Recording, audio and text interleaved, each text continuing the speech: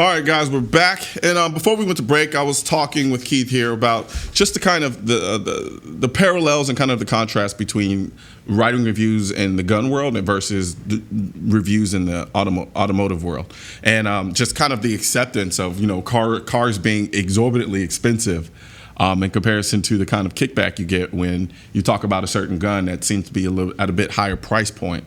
Tend to get a lot of flack for it.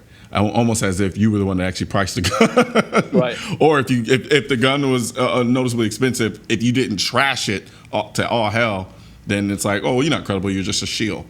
That's right. And then just even trying to provide that context is just kind of like sometimes I just kind of want to knock my head against the wall. Now, enjoy the process, but it's literally the most frustrating part of the whole deal. Yeah, I absolutely can agree with that. But one of the perks, I guess, that come with that when you kind of reach a certain point is the fact that you start getting manufacturers to actually send you stuff to test and evaluate. And I know for me, that has changed my outlook on firearms tremendously, especially in terms of my taste and my preferences. Because, like you said off air, you can kind of try them out and then send them back. That's right. And there might be a gun that shows up that you would have never bought, you've never considered buying, and all of a sudden you like it. Yeah. Or one you thought you had to have that I otherwise would have gone out and spent my money on. It shows up and you, or you just scratch that itch. You shoot it a couple times, and I'm right at that point where it would just go back in the safe forever. Yeah. And I get to send it back, and I don't have to spend any money on it. So it's in that way, it's a really good thing. It's probably a big money saver. Yep. I can't think of anything more valid in determining how much a person actually likes a gun than looking in the gun case or in the gun vault of a firearms reviewer, the guns that he actually kept and owned and actually bought. Like that says a lot.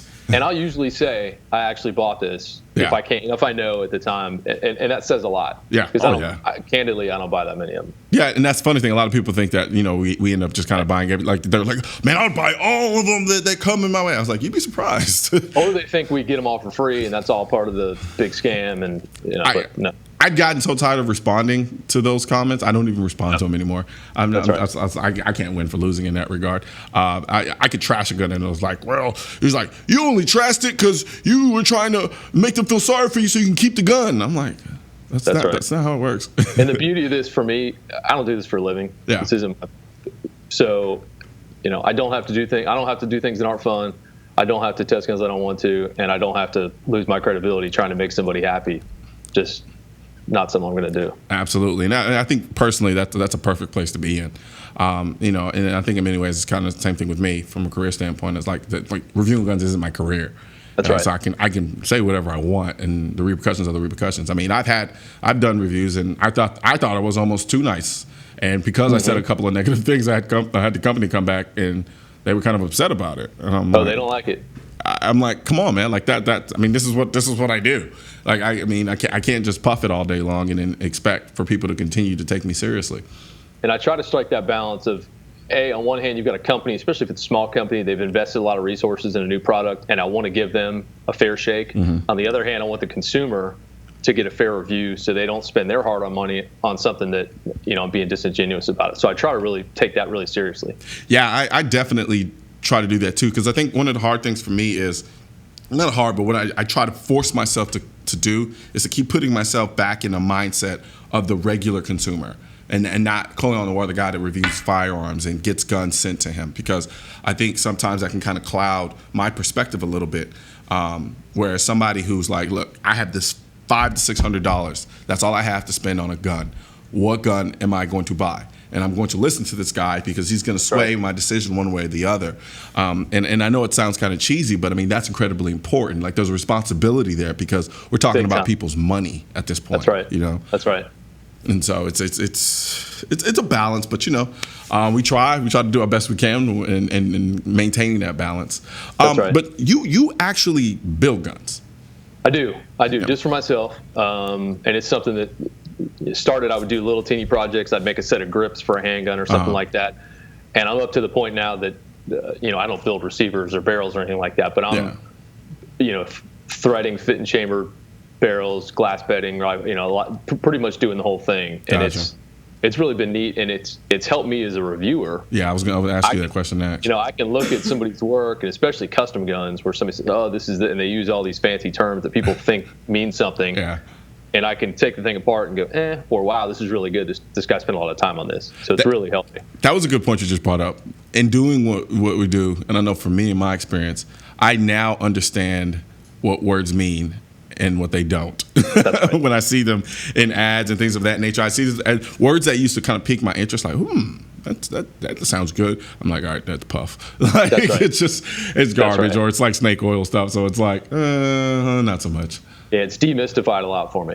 Absolutely. Yeah, like we're behind the curtain now, and it's kind of like, okay, yeah, some of your flaws are showing.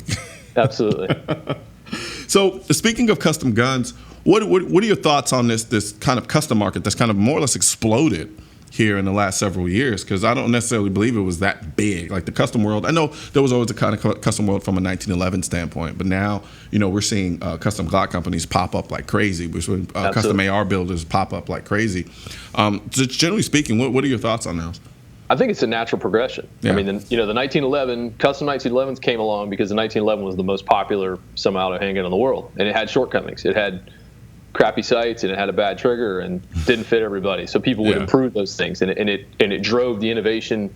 The custom guys drove the production guns. If you go buy a 1911 from Kimber or Springfield now, it looks like a Wilson Combat did 15 years ago or something. The one drives the other, and the Glock is, I would say certainly one of the most popular handguns in the world at this point.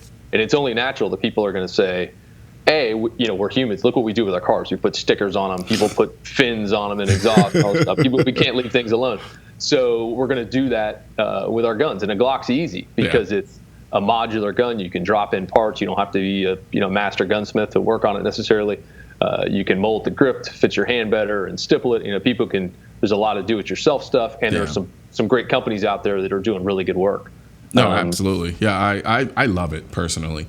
Because I'm that guy. I said it before. You give me a car, there's not a car I haven't touched and did something else to it. I'm the guy who puts the wheels on there. I'll put a wrap and all this other nonsense. Right. Just kind of add that kind of, because we're talking about mass produced items here. So that's right. We all want, as much as a lot of guys can say, oh no, a gun is a tool. As long as it works, it works.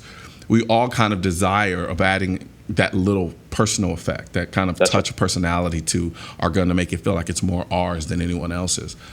So I love what's going on in the custom Glock world. Now I do think things can get a little crazy, but the key. I mean, a Glock is where it is because of its reliability. Mm-hmm. So you don't want to do things that are going to negatively affect that. Exactly. Yep.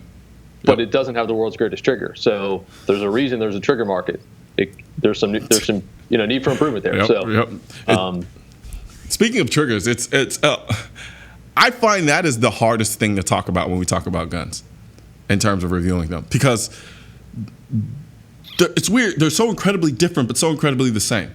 Right. And we're talking about fractions of a difference between a trigger that has this much creep and like no creep at all, but then really actually does have creep, but because the other one had so much creep, it's like this one has no creep. And so it's like being able to kind of talk about in a way that somebody who's listening to this can understand what we're feeling, because in a lot of ways I feel like a trigger is more of an intangible, that even though it's a tangible thing I'm touching, but really describing what's happening in terms of the feel is more or less intangible. So you kind of have to create this image for people to understand exactly what you're feeling. It's totally tactile, and how do you convert that into words, except using the breaking glass rod cliche that's been written 10,000 times. It's good. I mean, that's a really good description. It is, yeah. But we got to come up with something new, and that's a challenge. Absolutely. How do you describe a great trigger? I decided. Go ahead. Objective. Okay, it was X pounds, but there's a bad 5-pound trigger and there's a good 5-pound trigger. Yep. So absolutely. that is a challenge to articulate that difference. Yeah, I just started walking around my house and finding things I could break, and then listening to how they break, and then that's how I explain them now. That's good.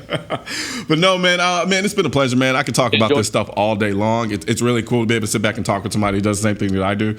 And I'm pretty sure you've been doing it a lot longer than I have, so your insight is just incredible.